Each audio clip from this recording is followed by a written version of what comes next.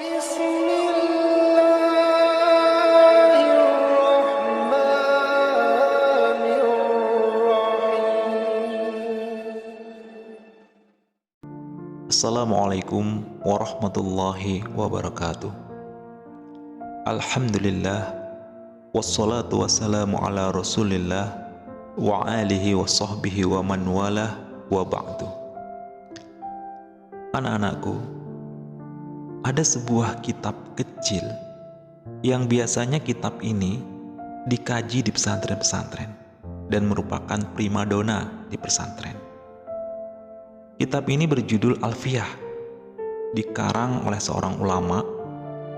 Ulama ini dilahirkan di Jaén, sebuah kota kecil di Andalusia, Spanyol, yang sekarang merupakan salah satu provinsi di Spanyol, dengan luas wilayahnya sekitar 422 km dan sekarang termasuk dalam wilayah otonomi Andalusia. Ulama ini namanya adalah Imam Ibnu Malik. Kitab ini sangat unik, anak-anakku. Bentuknya sangat kecil sekali dan disusun dalam bahasa yang sangat sederhana, tapi menjadi rujukan ulama-ulama ilmu nahwu di seluruh dunia. Ada kisah yang menarik dalam penyusunan kitab Alfiyah ini. Pada suatu ketika, Imam Ibnu Malik menulis salah satu bait dari kitab Alfiyah ini, dan ketika berhenti pada bait yang bunyinya, kitab Alfiyah yang aku tulis ini mengungguli kitab Alfiyah karya Ibnu Mufti. Inilah bait terakhir yang beliau tulis. Beliau bermaksud bahwa kitab Alfiyah yang beliau tulis ini jauh lebih baik, jauh lebih unggul dari kitab Alfiyah karangan gurunya yang bernama Imam Ibnu Mufti yang ketika itu sudah meninggal dunia.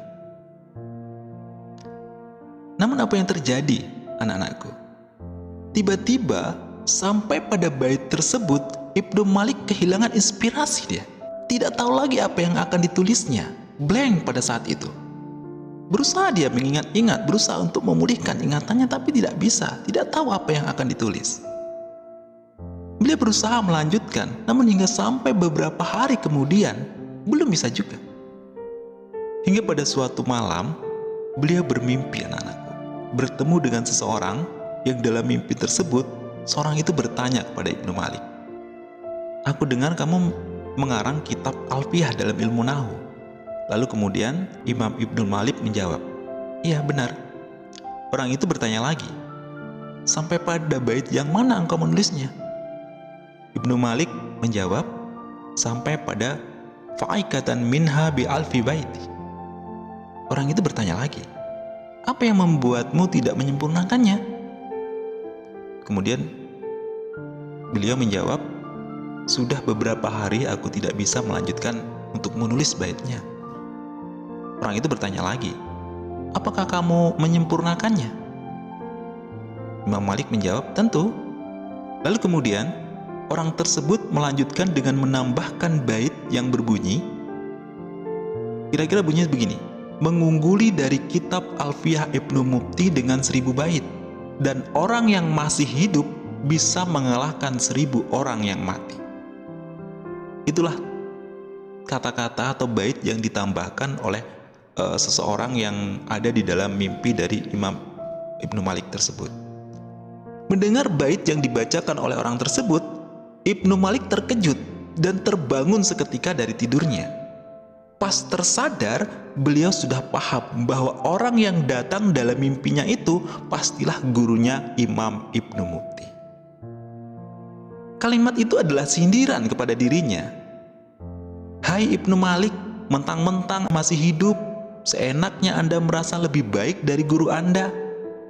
Meskipun dia sudah wafat lama, kalau dalam bahasa kitanya, hei kau Malik, mentang-mentang sudah tamat MTS, sudah sukses, sudah pinter, sudah banyak duit, sudah jadi orang hebat, terus kau lupa sama guru-gurumu yang pernah mendidik kamu. Apakah begitu akhlak seorang yang alim?" Begitulah kira-kira kalau dalam bahasa kita. Lalu kemudian Imam Ibnu Malik merasa malu kepada beliau. Keesokan harinya Imam Ibnu Malik menghapus bait yang tidak sempurna itu, dan menggantinya dengan bait yang isinya memuji kehebatan Imam Ibnul Mufti gurunya itu. Anak-anak sekalian yang Bapak banggakan, pelajaran berharga di sini adalah Allah Subhanahu wa Ta'ala mengangkat derajat siapapun. Dan ingat, di atas orang yang alim itu masih banyak lagi orang yang lebih alim. Karena itu jangan pernah merasa bahwa diri kita ini paling hebat, diri kita ini paling berilmu, diri kita ini paling pinter. Dan yang lebih penting lagi anak-anakku, khususnya buat anak-anak yang akan menjadi alumni di MTS Negeri 3 Indragiri Hilir ini, hidup bagaimanapun, hidup dimanapun, raihlah ridho yang ada dari guru-guru kita. Banyak anak-anak yang ketika masih di MTS nggak bisa apa-apa, belum bisa apa-apa. Tapi karena ada ridho dan keberkahan dari guru-gurunya, Allah jadikan dia insan yang bermanfaat. Semoga kita semua senantiasa mendapatkan ridho Allah, ridho orang tua, dan ridho guru-guru kita. Billahi taufiq wal hidayah. Assalamualaikum warahmatullahi wabarakatuh.